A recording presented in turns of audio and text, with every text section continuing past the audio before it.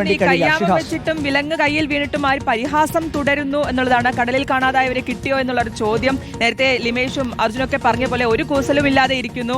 എന്തോ സംഭവമാണ് എന്നുള്ള മട്ടിലാണ്, എന്തോ സംഭവം ചെയ്തു എന്നുള്ള മട്ടിലൊക്കെയുള്ള ഇരിപ്പാണ് ആ കാണുന്ന ദൃശ്യങ്ങളിൽ നിന്നും അർജുനായങ്കിയുടെ മുഖഭാവങ്ങളിൽ നിന്നൊക്കെ നമുക്ക് മനസ്സിലാക്കാൻ കഴിയുന്നത്.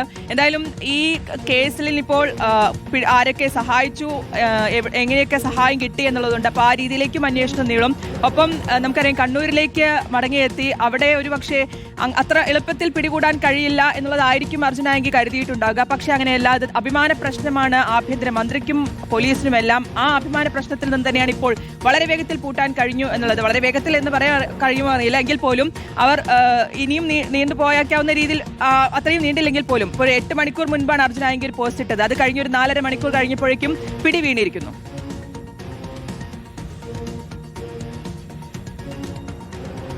ശ്രുതി, തീർച്ചയായിട്ടും അതായത് ഇങ്ങനെ അധിക്ഷേപങ്ങളും പരിഹാസങ്ങളും ഒക്കെ ഒരു ഭാഗത്ത് അർജുനായങ്കി ഒരു കൂസലുമില്ലാതെ തുടരുകയായിരുന്നു. ആ ഘട്ടങ്ങളിൽ പലപ്പോഴും ആഭ്യന്തര വകുപ്പ് മന്ത്രിക്ക് തന്നെ അതിനകത്ത് കൃത്യമായ രീതിയിൽ ഒരു പ്രതികരണം നടത്താൻ വേണ്ടി പോലും കഴിയാത്ത ഒരു അവസ്ഥയിലേക്ക് കാര്യങ്ങൾ എത്തിയിരുന്നു. കാരണം അർജുനായങ്കിയെ പിടികൂടാൻ വേണ്ടി കഴിഞ്ഞിട്ടില്ല എങ്കിൽ സ്വാഭാവികമായും അത് വലിയ നാണക്കേടായി ആഭ്യന്തര വകുപ്പിന് തന്നെ മാറുമായിരുന്നു. കാരണം കഴിഞ്ഞ ദിവസങ്ങളിലൊക്കെ അത്തരം ചില വെല്ലുവിളികളും പരിഹാസങ്ങളും ഒക്കെ ആയിരുന്നു ആയങ്കിയുടെ ഭാഗത്തും ഉണ്ടായിട്ടുള്ളത്. അപ്പോൾ ആ തരത്തിൽ നോക്കുകയാണെങ്കിൽ സ്വാഭാവികമായും വളരെ വേഗത്തിൽ പിടികൂടുക, അതിനുവേണ്ടി പ്രത്യേക അന്വേഷണ സംഘത്തെ ഉൾപ്പെടെ നിയോഗിക്കുക, അതോടൊപ്പം തന്നെ ഉന്നത പോലീസ് ഉദ്യോഗസ്ഥർക്ക് ചുമതല നൽകുക, സാധ്യമാവുന്ന എല്ലാ മേഖലകളും അത് ഈ മൊബൈലൊക്കെ സാധാരണ രീതിയിൽ ഉപയോഗിക്കുകയാണെങ്കിൽ അവരുടെ ലൊക്കേഷനുകൾ ട്രാക്ക് ചെയ്യാനൊക്കെ വളരെ എളുപ്പത്തിൽ പോലീസിന് കഴിയുന്നതാണ്. പക്ഷേ അർജുനായങ്കി ആ തരത്തിൽ പോലീസ് സ്വീകരിക്കാൻ വേണ്ടി പോകുന്ന നടപടികളെ മുൻകൂട്ടി കണ്ടുകൊണ്ട് അല്ലെങ്കിൽ അതിലും ഒരു പടി കൂടി മുന്നിൽ കണ്ടുകൊണ്ട് അർജുനായങ്കി സഞ്ചരിച്ചു എന്നുള്ളതാണ് പോലീസിന് ഏറെ വെല്ലുവിളിയായി മാറിയിരുന്നത്. അപ്പോൾ പക്ഷേ എല്ലാ നീക്കങ്ങൾക്കും ഒടുവിൽ അർജുനെ പിടികൂടാൻ വേണ്ടി കഴിഞ്ഞു എന്നത് ആശ്വാസകരമായിട്ടുള്ള ഒരു കാര്യം തന്നെയാണ്. ആഭ്യന്തര വകുപ്പിന് അത് അഭിമാനിക്കാൻ വേണ്ടി കഴിയുന്ന ഒരു കാര്യം തന്നെയാണ്. പക്ഷേ ആ ഘട്ടത്തിലും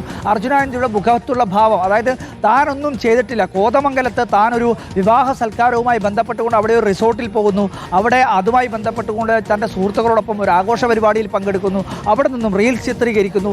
ഈ കാര്യങ്ങളൊക്കെ നടത്തുന്നതിനിടയിലാണ് താൻ എന്തോ ഒരു നിയമവിരുദ്ധ കാര്യത്തിനു വേണ്ടി അല്ലെങ്കിൽ ഒരു കുറ്റകൃത്യം ചെയ്യുന്നതിൻ്റെ ഗൂഢാലോചനയ്ക്ക് വേണ്ടിയാണ് ഇവിടെ സംഘടിച്ചത് എന്നുള്ള കാര്യം പറഞ്ഞുകൊണ്ട് തന്നെ കസ്റ്റഡിയിൽ എടുക്കുന്നത്. അതാണ് അർജുൻ്റെ വാദം, ആയങ്കിയുടെ വാദം അതാണ്.